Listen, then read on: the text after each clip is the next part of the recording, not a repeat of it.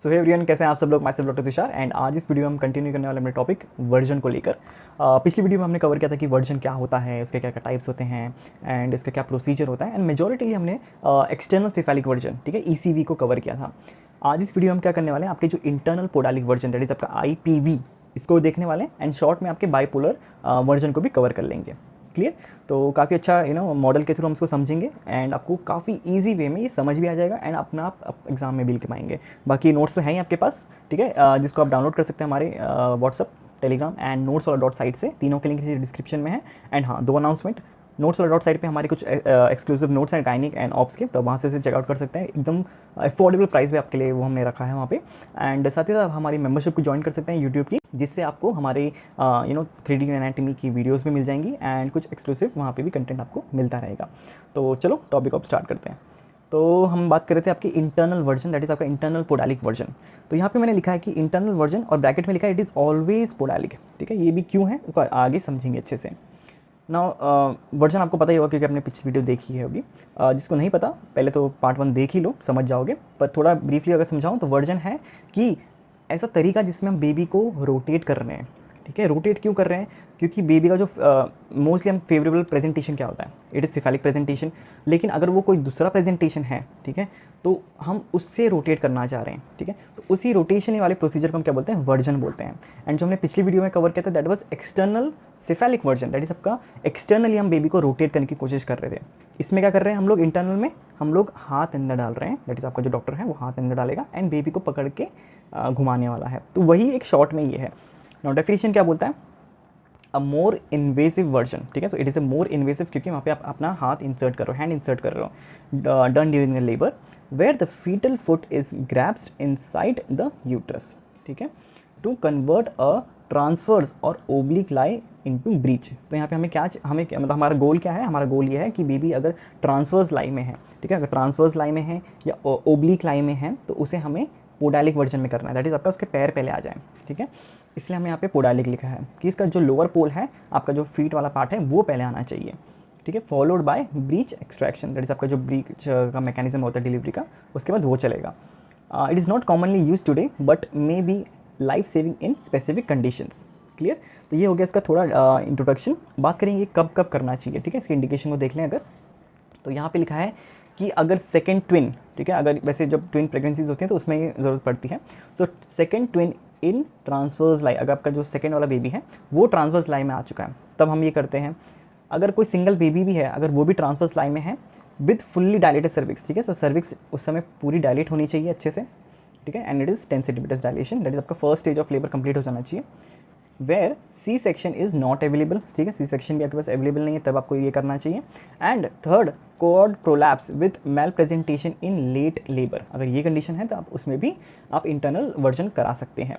ना इसके कराने से पहले कुछ कंडीशंस होते हैं, कुछ रिक्वायरमेंट्स होती हैं जो कि फुलफिल होनी चाहिए, तभी जाके आप ये सेफली परफॉर्म कर पाओगे।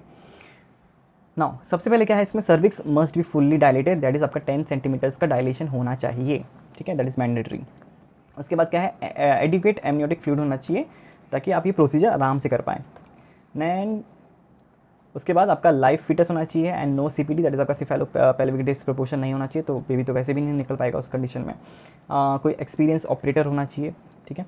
जनरल एनेस्थीसिया या एपिड्यूरल एनेस्थीसिया देना पड़ेगा एंड आपको मॉनिटरिंग करनी है इस पूरे सेटअप की, ठीक है, मदर की मॉनिटरिंग, फीटस की monitoring and proper condition, hygienic condition होनी चाहिए वहाँ पे। It is Contra indicated in neglected obstructive labour, और आपका अगर यूट्राइन स्कार है तो इस कंडीशन में आपको ये नहीं करना चाहिए, इट इज़ कॉन्ट्रा इंडिकेटेड। अब बात करेंगे इसके स्टेप्स की, ठीक है। तो स्टेप को हम लोग देखेंगे भी अपने मॉडल में ताकि आप अच्छे से समझ पाओ।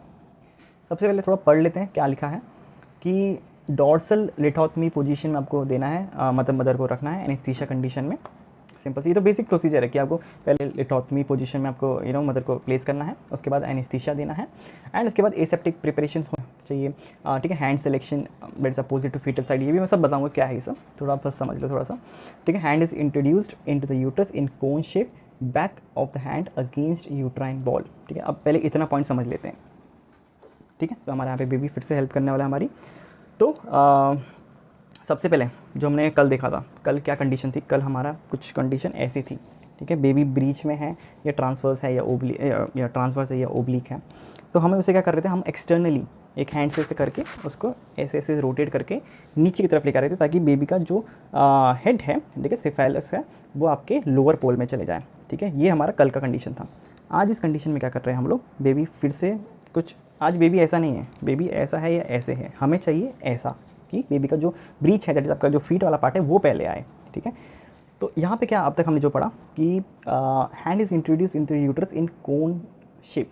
ठीक है, तो सबसे पहले अगर बेबी समझो ऐसे है, कुछ इस कंडीशन में है, ठीक है, ट्रांसवर्स लाइन में है, सबसे पहले हैंड सेलेक्शन। तो जो भी डॉक्टर है, परफॉर्मिंग डॉक्टर, वो कैसे हैंड सेलेक्ट करेगा, पहले वो बाहर से पैल्पेट करेगा। ठीक है, पैल्पेट करके अगर उसको पता चलेगा कि जो बेबी का जो फीट वाला पार्ट है, वो अभी जैसे मेरे राइट साइड है, तो वो अपना लेफ्ट हैंड यूज़ करेगा।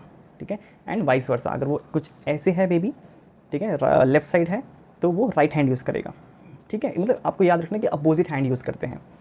उसके बाद क्या लिखा है, the hand is introduce into the uterus in cone shape. ठीक है, तो कोन मतलब थोड़ा, क्योंकि आप थ्रू वेजाइना फिर सर्विक्स के थ्रू आप तब यूट्रस में जा रहे हो, तो आपको थोड़ा कोन शेप में हाथ अंदर डालना है। उसके बाद back of the hand against the uterine wall. ठीक है, तो आपका जो बैक ऑफ द हैंड होगा, ठीक है, ये वाला, ये यूट्रस के वॉल की तरफ होगा। जैसे यूट्रस के अगर ये वॉल है ऐसे, तो कुछ आपको ऐसे करना है, ये कोन शेप ऐसे नहीं जाना चाहिए, मतलब समझ रहे हो ना मैं क्या बोल रहा हूँ। ठीक है, सो कोन शेप का है, and your hand, back of the hand is facing the wall of the uterus. Simple.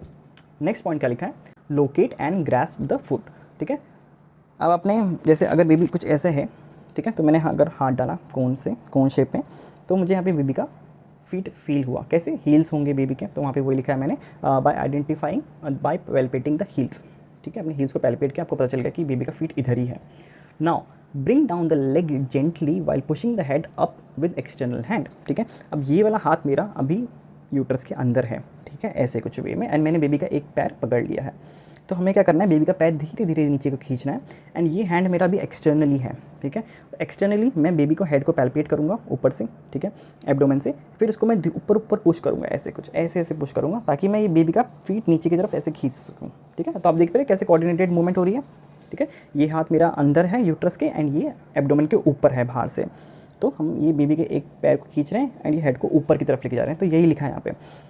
उसके बाद क्या लिखा है कि after first leg second legs follows easily. ठीक है, आपने एक पैर खींचा तो दूसरा पैर भी साथ में आ जाएगा, सिंपल एंड कंप्लीट। उसके बाद आपको जो ब्रीच का मैकेनिज्म ऑफ लेबर होता है, तो फिर वो आपको वो उस वे में बेबी को डिलीवर कर देना है ऐसे बाहर की तरफ। ठीक है, एंड ये ब्रीच एक्सट्रैक्शन या ब्रीच मैकेनिज्म हमने बहुत डिटेल में अच्छे से समझा रखा है, तो उसकी वीडियो आप जरूर से चेकआउट कर लेना। आपको सिंपली यूट्यूब में लिखना है कि ब्रीच मैकेनिज्म तुश नॉट करके, तो आपको वो टॉपिक मिल जाएगा। तो ये था आपका total procedure of the internal version. ठीक है, तो इसमें वही लिखा है, हमने ये पॉइंट देख लिया, ये देख लिया। फिर उसके बाद explore the uterus post delivery to rule out any rupture और ट्रॉमा। कोई ट्रॉमा या रप्चर तो नहीं हुआ इस कंडीशन में। एंड हाँ, यहाँ पे एक क्वेश्चन अराइज होता है, हमने स्टार्टिंग से देख रहे हैं कि हमें बेबी का जो लोअर पोल है वो नीचे की तरफ लेके आना है, हमें फीट पहले चाहिए, हेड क्यों नहीं चाहिए पहले, क्योंकि जब आप यूट्रस के अंदर हाथ डालोगे तो एक तो बहुत कंजेस्टेड जगह होगी, तो वहाँ पे as compare to head feets will be the best option to grip. ठीक है, तब आप क्योंकि उसको उसी को अच्छे से पकड़ पाएंगे ना, इसलिए आप उसको नीचे की तरफ लेके आ रहे हैं। एंड अगर, क्योंकि हमने देखा कि ट्विन प्रेगनेंसी के केस में ज़्यादा है, तो एक बेबी जब निकल जाता है जो दूसरा ट्विन है, ठीक है, तो उस केस में आपका breech delivery is more easier than the आपका नॉर्मल डिलीवरी। ठीक है, तो ये बात है इसमें। एंड क्योंकि these are easy to grab, ठीक है, feet are easy to grab, and उस वे में ये ईजिली आप ग्रैब करके उससे नीचे की तरफ खींच सकते हैं, नॉट द हेड, क्योंकि इसमें हेड में ट्रॉमा या नेक में ट्रॉमा या कॉर्ड प्रोलैप्स इसकी कंडीशन हो सकती है, इसीलिए। ठीक है, तो ये था इसका रीज़न। हम लोग इसको इंटरनल पोडालिक वर्जन बोलते हैं, ना कि internal cephalic version. Clear?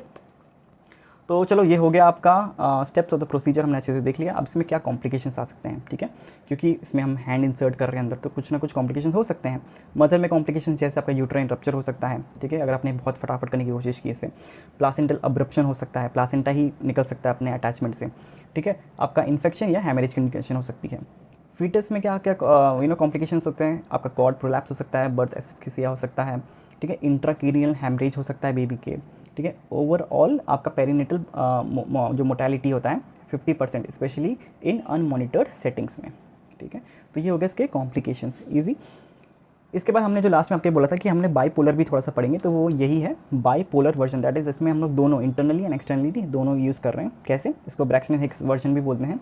So it combines both internal and external manipulation, now absolute it is not used now, but may be done in rural areas or dead fetus in the placenta previa cases.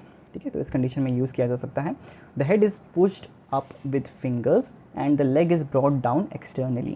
ठीक है, it may reduce the bleeding by compressing the placenta with fetal leg and the fundal pressure is not used, risk of hematoma हो सकता है और trauma भी हो सकता है इस कंडीशन में अगर आपने फंडल प्रेशर ढंग से यूज़ नहीं किया तो ये था आपका bipolar version. So basically it is not that much use, अब बिल्कुल यूज़ नहीं होता है, तो इसलिए इतना ही है, इंपॉर्टेंट अभी के लिए नहीं है। फ्यूचर में इस पर हम डिटेल वीडियो लेके आ जाएंगे। ठीक है, अभी के लिए बस इतना ही था समझने के लिए। बाकी जो मेन टॉपिक था आज का that was the internal podalic version. ठीक है, तो बस आज के लिए इतना ही। एंड आप समझ गए होंगे कि हम इसे पोडालिक ही क्यों बोलते हैं, ऑलवेज पोडालिक क्यों है, मैंने आपको समझा दिया है। तो अगर आपको इसके बाद भी अगर कोई कन्फ्यूजन है इस टॉपिक से रिलेटेड या कोई भी टॉपिक से रिलेटेड तो आप नीचे कमेंट सेक्शन में ज़रूर से पूछ लेना। बाकी आपको हमारी वीडियो कैसी लगी, अच्छी लगी, समझ आया तो प्लीज़ वीडियो को लाइक करना, शेयर करना एंड सब्सक्राइब जरूर से कर लेना। मिलते हैं नेक्स्ट वीडियो में। Till then take care, bye bye.